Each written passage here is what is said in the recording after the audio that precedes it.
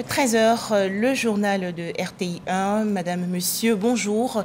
Voici tout de suite les titres.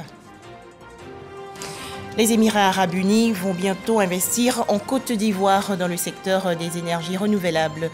En effet, dans le cadre de la 15e édition de la Semaine de la durabilité à Abu Dhabi, le vice-président ivoirien Temoko Melie-Tokone a échangé hier avec le président fondateur de la grande société émiratie d'énergie renouvelable.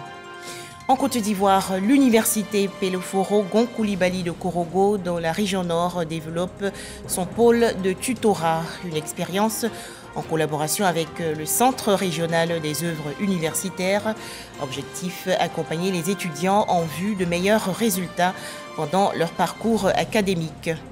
Enfin, en Indonésie, 2 morts après des émeutes dans une usine chinoise de nickel. Tout d'abord, le séjour aux Émirats arabes unis du vice-président de la République de Côte d'Ivoire. Dans le cadre de la 15e édition de la Semaine de la durabilité à Abu Dhabi, du 14 au 19 janvier prochain, Temoko Melie-Tokone a échangé hier avec le président fondateur de la grande société émiratie d'énergie renouvelable. Les Émirats arabes unis veulent développer le secteur ivoirien des énergies renouvelables. Les explications, Viviane Haïma. Représentant le président de la République Alassane Ouattara à la 15e édition de la Semaine de la durabilité d'Abu Dhabi aux Émirats arabes unis, le vice-président de la République Kone Temoko Melie a eu un entretien ce dimanche 15 janvier avec le président fondateur d'Amea Power, l'importante société d'énergie renouvelable dont le siège est à Dubaï aux Émirats arabes unis. Au menu des échanges, la réalisation de plusieurs grands projets d'équipement en énergie renouvelable en Côte d'Ivoire. Nous avons eu le plaisir de rencontrer son Excellence, Monsieur le Vice-président, Monsieur le Secrétaire général du gouvernement et Monsieur le Ministre de l'Énergie.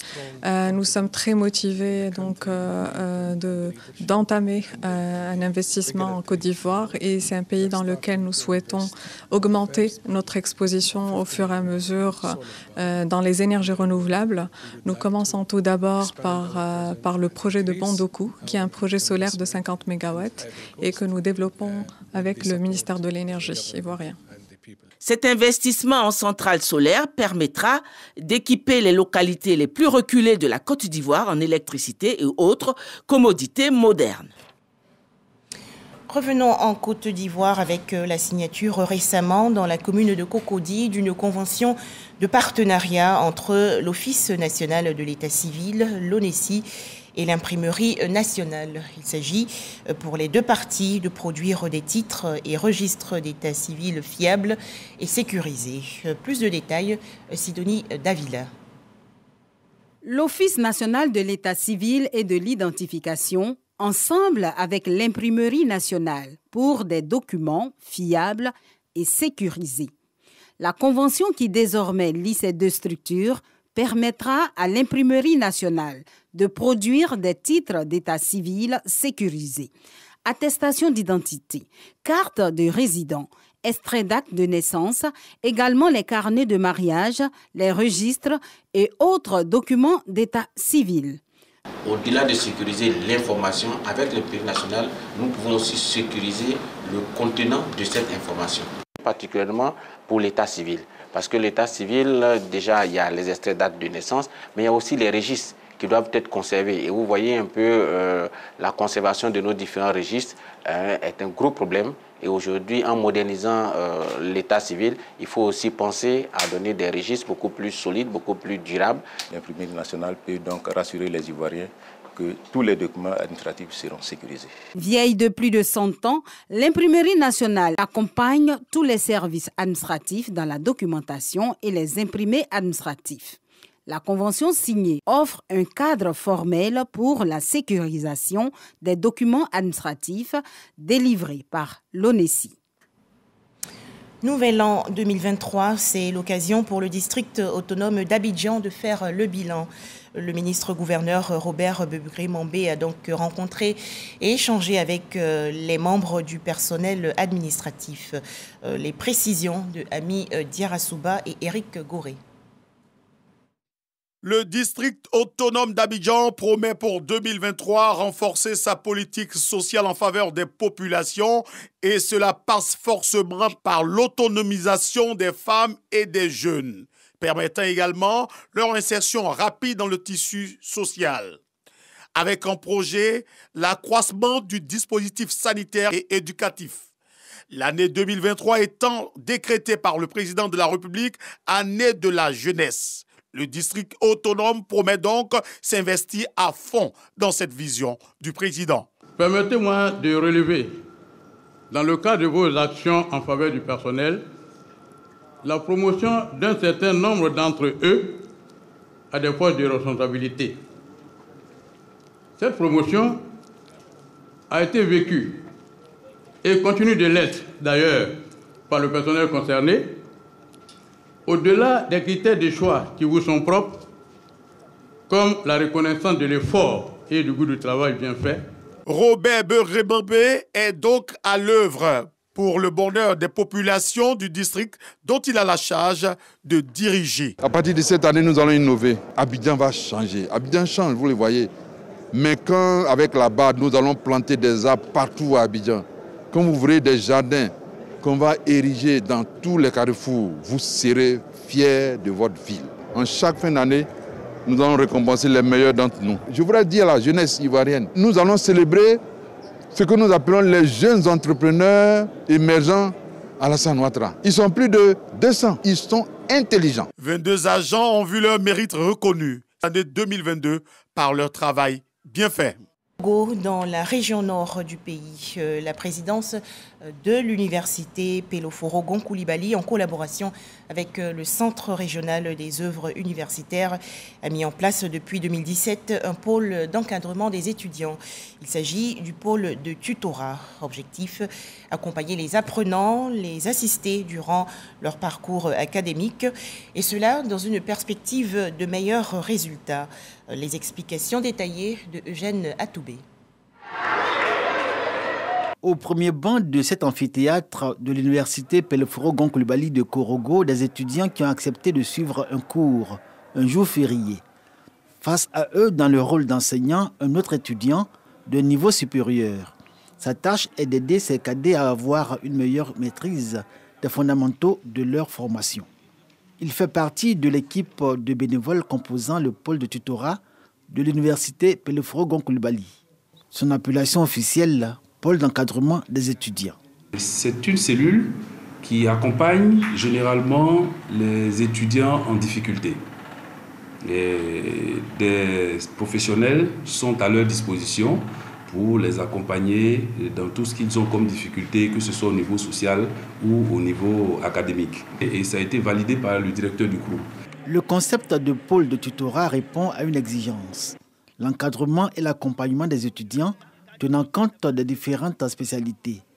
Ainsi, selon un programme bien établi, tuteurs et tutorés se donnent rendez-vous en amphi, en salle de travaux dirigée ou sous les préaux, de jour comme de nuit, dans la perspective pour les tutorés de mieux assimiler les cours et les travaux dirigés. La première année, quand nous sommes arrivés, il y a eu des présentations avec les aînés. Ils nous ont présenté ce que c'est le pôle de tutorat et on a trouvé ça assez intéressant.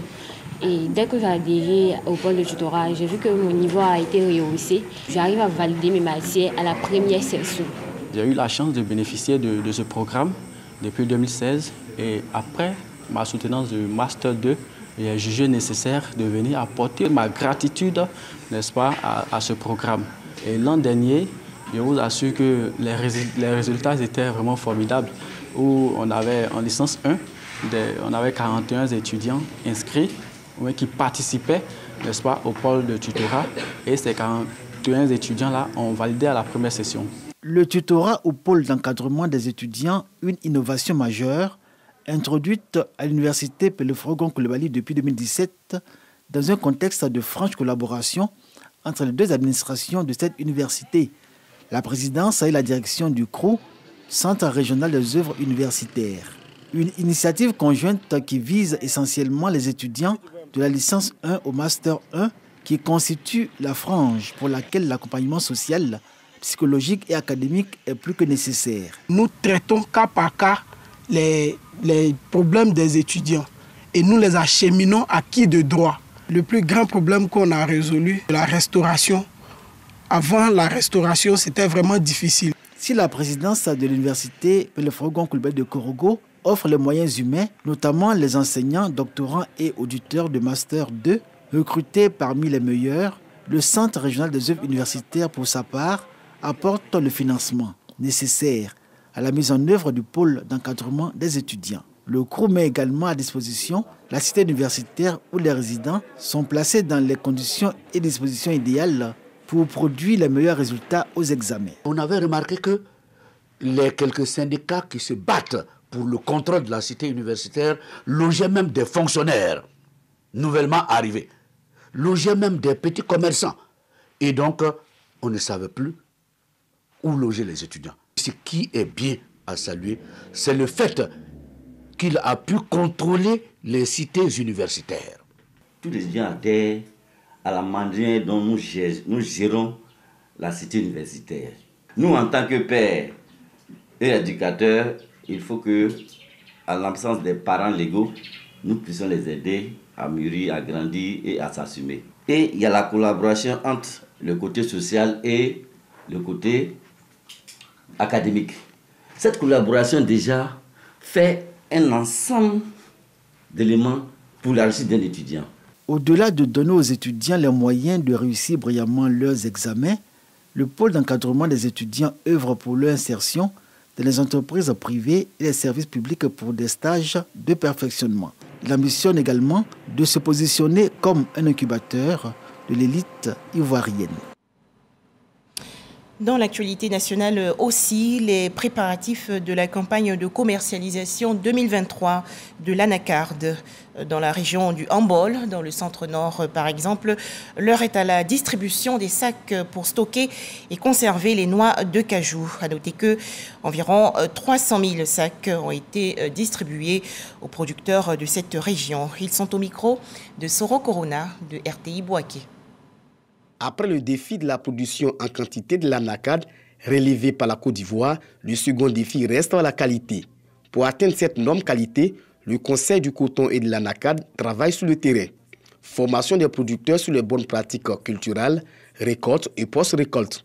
La qualité de la noix de cajou passe aussi par la conservation de la production dans des sacs jute appropriés. Cette année, la distribution des sacs se fait un peu plus précoce parce que la production elle-même, elle est précoce.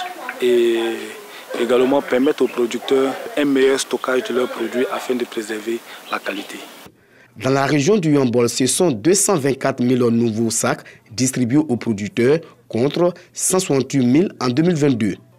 Tout en saluant la distribution des sacs, les producteurs émettent quelques préoccupations. On est très contents parce que depuis qu'on nous distribue les sacs, on n'a jamais eu de nouveaux sacs comme cette année. Je voulais que cette année, l'anacarde, le prix soit un peu élevé par rapport aux autres années. Le coton n'a pas produit, le travail de l'anacarde est très compliqué. Toujours dans sa quête d'avoir des noix de qualité, Made in Côte d'Ivoire, le Conseil du coton et de l'anacarde exhorte les acheteurs à respecter le retour des sacs aux producteurs. En plus des 5 sacs que nous leur donnons, on a des gros producteurs. On leur donne 25 sacs supplémentaires pour leur permettre déjà de conserver les premières noix qu'ils ont et de faire des échanges avec les acheteurs toutefois qu'ils viennent prendre leurs produits. Pour la campagne 2022, la région du Hambol a produit 105 000 tonnes d'anacarde. Le prix du kilogramme s'est négocié à 305 francs. La Côte d'Ivoire est le 3e exportateur mondial de l'anacarde avec plus de 1 million de tonnes. Toujours en Côte d'Ivoire, le lancement il y a quelques jours à Kangrassou, dans la région centre, de la 27e campagne nationale de lutte contre les feux de brousse, une initiative du ministère des Eaux et Forêts. Le gouvernement veut ainsi reconstituer à 40% le couvert forestier d'ici 2030. Les précisions de Léon Brou de RTI Bouaké. En plus de 59 décès, les feux de brousse sont détruits en 2022, 1000 hectares de forêt, 600 hectares de culture de rente et 4 villages. pour dire non cette année à ces incendies et feux sauvages. Encore troisième cause de dégradation des forêts. Rendez-vous à Kangrassou, département de Dembokro. Sensibilisation par le théâtre et la poésie, partage d'expériences en matière de lutte contre les feux de brousse, avec notamment le prix d'excellence 2022. Il n'existe plus pratiquement de feux de brousse, parce que nous-mêmes, nous n'en mettons pas. Et pour commencer par les pare-feux, et depuis les feux précoces pendant le mois de novembre. Reboisement, pare-feu et fin de feu sauvage en saison sèche. À ce modèle de lutte contre les feux de brousse adhère le Nzi, une des régions les plus chaudes. Engagement signé chefferie, élus et cadres, y compris le ministre-gouverneur du district autonome des Lacs. Vulgariser les textes afin que la population s'en approprie. Sensibiliser la population. Réprimer en cas de besoin par les comités villageois dûment habilités et les services compétents de l'État. Activer les comités d'autosurveillance et assurer leur formation par les experts des eaux et forêts. Côté ministère des Eaux et Forêts, le défi est national. Passer de moins de 3 millions à 6 500 000 hectares de forêt en 2030. La campagne qui s'achève en mars 2023, donc renforcée par des outils légaux de répression contre les feux de brousse et les incendies de forêt. C'est de réveiller le Comité national de défense de la forêt et des feux de brousse, mis en place depuis 2012. Les plaidoyers sont en train d'être faits auprès du gouvernement et des partenaires au développement pour que les moyens puissent être mis en place pour que ce comité-là puisse fonctionner et travailler d'arrache-pied en mettant en pole position les différents comités au niveau régional, au niveau départemental, sous-préfectoral et villageois. Faire en sorte que la chasse qui est interdite depuis 1972 puisse être respectée. Objectif, contribution de la lutte contre les feux de brousse à la reconstitution du couvert forestier, tel que le stipule le thème de la campagne nationale 2023 qui redynamise les comités locaux et renforce leurs capacités. Ouangolodougou, dans la région nord du pays, plus de 15 tonnes de marchandises prohibées, notamment des drogues et autres médicaments de qualité inférieure, ont été incinérées. Cette saisie effectuée par le bureau des douanes de Ouangolodougou est estimée à plus de 100 millions de francs CFA. Les explications de Ami Sissoko. Ouangolo, à l'extrême nord de la Côte d'Ivoire, à 30 km du Burkina Faso, dans le Tchologo, destruction de 15 tonnes et demie de marchandises prohibées par le bureau des douanes. Selon Aimé Monoko, le chef du bureau, la saisie est composée essentiellement de médicaments de qualité inférieure et falsifiés, de cannabis, de boissons prélatées, de déchets de tabac et de café, estimés à 110 millions de francs CFA. Une action possible grâce à leur collaboration avec toutes les forces de défense et de sécurité du Tchologo. C'est notre économie qui a épargné un coup. Nos populations qui ne connaissent pas les convénients de ces produits vont les utiliser, mais à la longue, ce sont des grandes pathologies qui vont traîner. Également, il y a des gonflettes, des jouets que les enfants prennent souvent pour s'amuser. Aujourd'hui, tout ça, c'est utilisé pour la drogue. L'opération est supervisée par le préfet du département de Ouangolo, le maire et le substitut du procureur de Korogo. Il y a un travail important qui est fait à la base. Et nous tenons donc à saluer ce travail et surtout à l'encourager. Au quotidien, les tribunaux font leur travail. Ils sanctionnent justement toutes ces personnes-là qui s'adonnent à ces contrebandes. On va se mettre à la tâche pour sensibiliser nos populations, surtout pour une bonne collaboration, parce qu'il faut dénoncer. Ce sont les populations qui transportent. Combien de quantités allaient rester à Ouangolo? Parce que c'est pas à Ouangolo même que ça allait commencer. On n'a pas moins de près de 400 km de frontières en linéaire. Leur travail est beaucoup plus ardu. On s'imagine bien si ce produit-là avait pu franchir Ouangolo et quel désastre à tout le pays entier, à la fois sanitaire, économique. Ouais, donc vraiment, je tire mon chapeau aux éléments qui ont opéré ces saisies-là.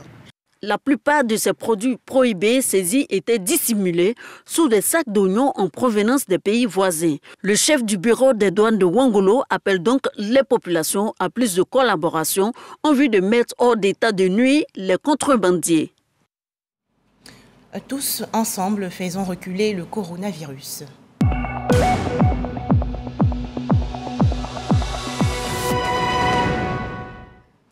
Le coronavirus en Côte d'Ivoire. 3 nouveaux cas de coronavirus ont été enregistrés hier par le ministère de la Santé, de l'Hygiène publique et de la couverture maladie universelle. La Côte d'Ivoire dénombre donc actuellement 87 963 cas confirmés de coronavirus, 87 122 personnes guéries, 833 décès et 10 cas actifs. Rappelons que le ministère de la Santé, de l'Hygiène publique et de la couverture maladie universelle invite les populations de plus de 12 ans à se faire vacciner gratuitement dans les centres de vaccination. Des vivres et non-vivres offerts il y a quelques jours aux jeunes pensionnaires de l'orphelinat Jean-Emmanuel de Monga, structure située à Alépé, dans la région sud du pays. C'est une initiative du réseau ivoirien des diplômés de la Diaspora Canada, soutenue par le Rotaract Club Abidjan. Le point, Patricia Etia. En plus de nombreux cadeaux et de dons en vivres et non-vivres, les pensionnaires de l'orphelinat Jean-Emmanuel de Monga, dans le département d'Alépé, ont célébré cette fin d'année à travers chants, ballets, sketchs et danses.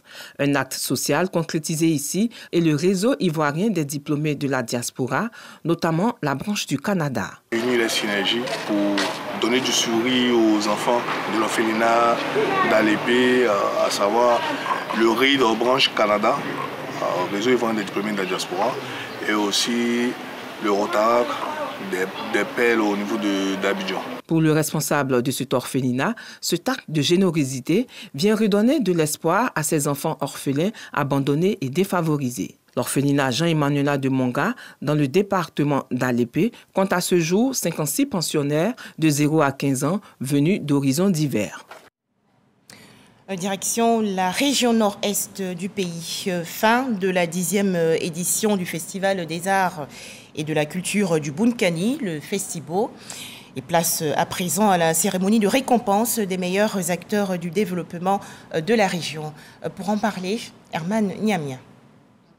On les retrouve dans tous les domaines socio-économiques et leurs actions sur le terrain contribuent fortement à hisser la région du Bunkani au rang des régions de la Côte d'Ivoire qui connaissent un développement remarquable. Le commissaire général du Festival des Arts et de la Culture du Bunkani, dénommé Festibo, a décidé d'honorer et faire de ces artisans du développement de la région du Bunkani des références après le succès de la 10e édition du Festibo. Le dîner gala de reconnaissance, c'est pour nous une occasion de remercier toutes les personnes qui nous ont accompagnés depuis le début de cette aventure, mais aussi distinguer un certain nombre d'opérateurs économiques, un certain nombre d'acteurs de la société civile dans le cadre de leurs activités, participent donc au développement de la région. Ce sont 19 acteurs de développement issus des différents secteurs d'activité qui ont été distingués. Le porte-parole des récipiendaires a salué cette distinction qui les motive à faire davantage pour la région du Bunkani. À travers ce prix, c'est l'effort des humanitaires du Bunkani qui a été reconnu. Et je voudrais vraiment saluer ce geste et je voudrais vous rassurer que réellement cela sera vraiment un stimulant dans le cadre de nos actions en tant qu'humanitaires. Le Grand Prix du développement est revenu au président du conseil régional du Bunkani qui, selon le commissaire général du Festibo, a toujours œuvré pour améliorer les conditions de vie des populations. Une reconnaissance que le concerné a accueillie avec beaucoup d'humilité. Il nous sera difficile, nous, en tant que promoteurs principal de cet événement culturel-là, de vous dire les impressions que nous avons. Nous attendons plutôt recueillir les impressions de nos invités, des participants, à l'effet donc de pouvoir se les approprier et eux donc améliorer les éditions à venir. Pour soutenir davantage ses administrés, le conseil régional du Bunkani a mis sur pied un fonds de 100 millions de francs CFA pour financer les projets des jeunes et des femmes. Un mot à présent sur la cérémonie de remise des lots et récompenses aux lauréates du concours Miss 2.0, cérémonie dans la commune du Plateau. Pour en parler, Amidia Rassouba et Grace Kando. Makani Touré, Miss 2.0 édition 2022, reçoit un chèque de 15 millions de francs CFA et un véhicule flambant neuf. Quant aux dauphines classées respectivement première et deuxième dauphine, elles reçoivent des chèques d'une valeur de 5 et 3 millions de francs CFA. Ce concours purement digital est dédié aux jeunes femmes porteuses de projets impactants et actives sur les réseaux sociaux. Le concours met en lumière les compétences, le leadership et l'engagement social. Le fait que je sois concentrée sur les opportunités qui m'étaient offertes et vraiment dans un sentiment de gratitude pour chaque activité, chaque événement, chaque mentor, chaque coach qui est venu nous parler. J'étais vraiment dans un état d'esprit de tirer le plus possible et de donner le plus de moi-même. C'est un projet agricole, donc il faut aller sur le terrain, il faut aller faire des études, ça demande de la logistique, ça demande un accompagnement et c'est vraiment très coûteux. Miss 2.0 se veut une tribune qui valorise le talent de la jeune femme ivoirienne. Aujourd'hui, il faut dire qu'on est dans une période totalement digitalisée. Tout se fait aujourd'hui sur Internet grâce à Internet.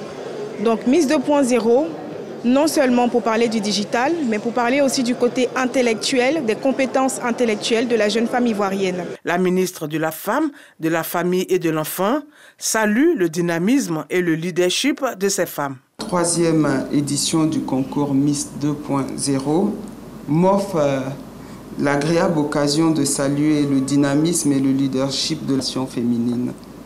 Des jeunes filles engagées pour une société responsable, de l'inclusion des femmes dans le numérique. Le faisant, vous cherchez à briser la fracture numérique où les femmes restent marginalisées dans l'accès aux technologies du digital et dans l'accès à l'Internet. Le concours Miss 2.0 est à sa 3e édition. 500 candidates étaient en lice. Et toujours au chapitre culture, la cérémonie de dédicace du livre intitulé Salimata ou la croisée des destins, œuvre écrite par l'ivoirien Auriol Bédé, qui souligne l'amour et le respect des différences. Les explications de Pacôme Didi et Franck Quadio. À peine l'âge de la majorité entamé, Auriol Bédé sort déjà sa 3e œuvre littéraire, Salimata ou la croisée des chemins. 106 pages. C'est une histoire d'amour entre deux jeunes gens, Salimata et Adelaer, issus respectivement de familles musulmanes et chrétiennes. Les deux tourtereaux seront cependant confrontés à la barrière religieuse et à la pression familiale. La moralité ici, c'est de voir son semblable, penser à ce qu'il peut nous apporter, de ne pas voir d'abord son côté religieux. On a tendance à juger notre semblable en fonction de sa religion. C'est de voir l'amour, c'est de voir l'apport que l'autre peut nous apporter. Étudiant diplômé en géographie, Auriol finit par rejoindre son premier amour, qui est l'art, notamment la littérature. Connaissances, amis et parents, tous présents, apprécient. Je retiens que les parents ne doivent pas, à cause de la religion, empêcher les enfants de se mettre en couple. C'est Dieu qui unit les gens. En plus de la littérature, Auriol Bédé est aussi producteur et réalisateur de cinéma. Il prévoit mettre en image l'histoire contée dans son œuvre. Une journée Nation de la paix célébrée récemment à Méagui par l'Union des Manianka et Amis de Côte d'Ivoire. Thème retenu, la contribution de l'Union des Manianka et Amis de Côte d'Ivoire pour une paix durable. Williams Kakou et Jean Djadji. Prière, action sociale étaient au centre de la journée de célébration de la paix initiée par la communauté musulmane de Méagui. La paix, rien que la paix, tel est le maître mot que prônent les musulmans de Méagui. Nous avons initié cette cérémonie pour prôner la paix, le vivre ensemble, la cohésion sociale entre nous-mêmes, peuple d'origine Mianka et peuple de la Côte d'Ivoire et tous les peuples en Afrique. Nous prions pour la paix dans nos cœurs, la paix dans nos foyers, la paix dans la cité, la paix dans la Côte d'Ivoire. Présent à cette cérémonie, le corps préfectoral a tenu à signifier que la paix serait un élément catalyseur pour le développement de la région. En plus de la prière pour la paix, ils ont ajouté une action sociale en remettant des tables bancs à l'école. Je crois que c'est aussi là les deux actions action de paix, action sociale sont aussi des actions de développement. C'est pourquoi je voudrais les féliciter. Une action salutaire que les populations de Méagui entendent pérenniser afin de contribuer et d'instaurer un cadre convivial. En image, l'actualité hors de chez nous, en Indonésie, 2 ouvriers, dont un Chinois, ont été tués dans une usine de nickel au cours d'émeutes après une manifestation sur les conditions de travail. Les affrontements ont éclaté hier soir sur l'île de Célèbes, dans la région nord du pays. Voilà, merci de nous avoir suivis. Excellent début de semaine à toutes et à tous sur RTI 1.